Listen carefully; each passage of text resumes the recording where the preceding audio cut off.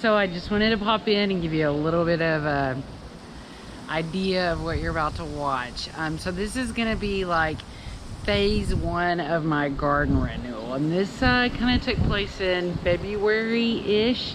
The main thing that kept me from getting back on track with my garden for so long was just looking at all of the things that had to be done all the time. I could not get myself to just do it in bite-sized pieces. So no matter what, in order to get it brought back and renewed, I had to really take the entire yard, every project down to like bite-sized pieces. And I really worked hard to just like not look at, like, if I was working on this soil in this garden bed, then that's all I thought about, that's all I looked at. I didn't let myself walk by something and start worrying about it, start wanting to start working on it. I just focused on each project for as long as I could and built on that little by little, so that the whole thing didn't just distract me and prevent me from getting going on it. So I hope you enjoy this little tidbit. Here we go. I am slowly but surely getting my defunct little yard back together.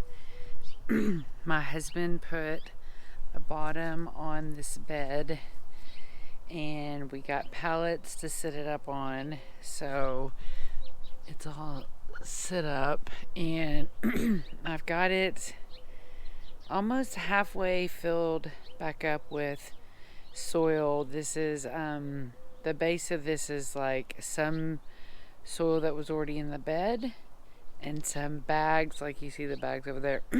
So some of those, so I had to do a lot of work to rehydrate this soil because it was super hydrophobic from just not getting watered at all last summer. And so you have to be really careful with soil getting hydrophobic in containers like a bag or even a raised bed. If you stopped watering a raised bed for, a season for sure, it could get hydrophobic, which just means that you can water and water and water and it looks like it is taking water, but then you go to move the soil to plant something and it's just dry as a bone because it's really just kind of repelling water. So in another video soon, because I've got a bunch of bags to rework, I'll kind of go over with you the best ways I've found to add moisture back into sleeping soil and get it to where it'll hold water again. So everything in this bed will hold water now, and this bed just needs now to get topped off with some amendments and the things that I usually add to make my soil, but most importantly, lots of compost, lots of to do some manure and some earthworm castings also. And then I've got some stuff that I've rescued, and my sugarcane went crazy, and there's some lantana that's trying to stake a claim on some of my land.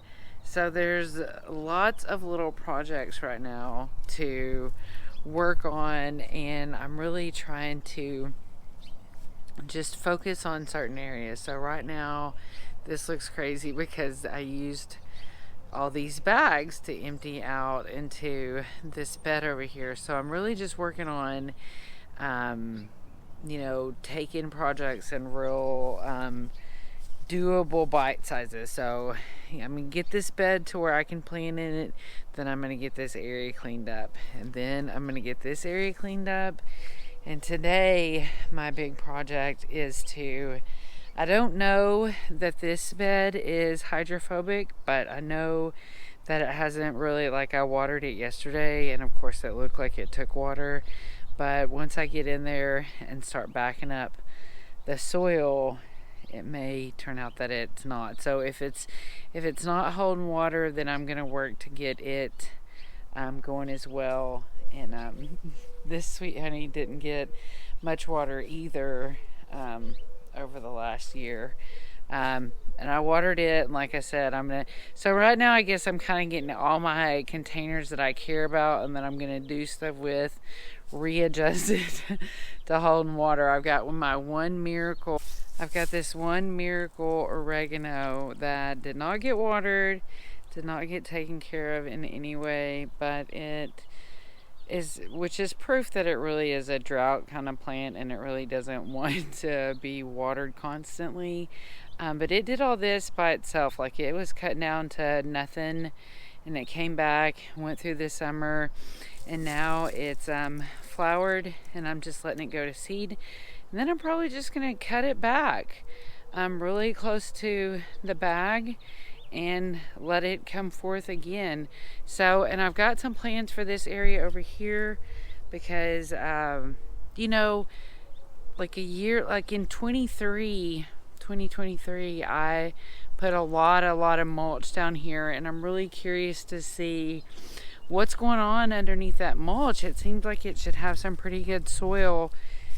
So that's we're gonna kind of come this way next with that. And then I've got a lot of bags still that I'm gonna do some stuff with. And so just kind of getting into little projects instead of getting super overwhelmed, which is easy to do when you have let your garden go to sleep for a little while. So a lot of this is going to be encouraging you to just focus on just right there what you're doing and be mindful of, like, when you're walking past other stuff, like, don't let it stress you out, don't let it freak you out, because yeah, there's a million things to do, but we can only do so much.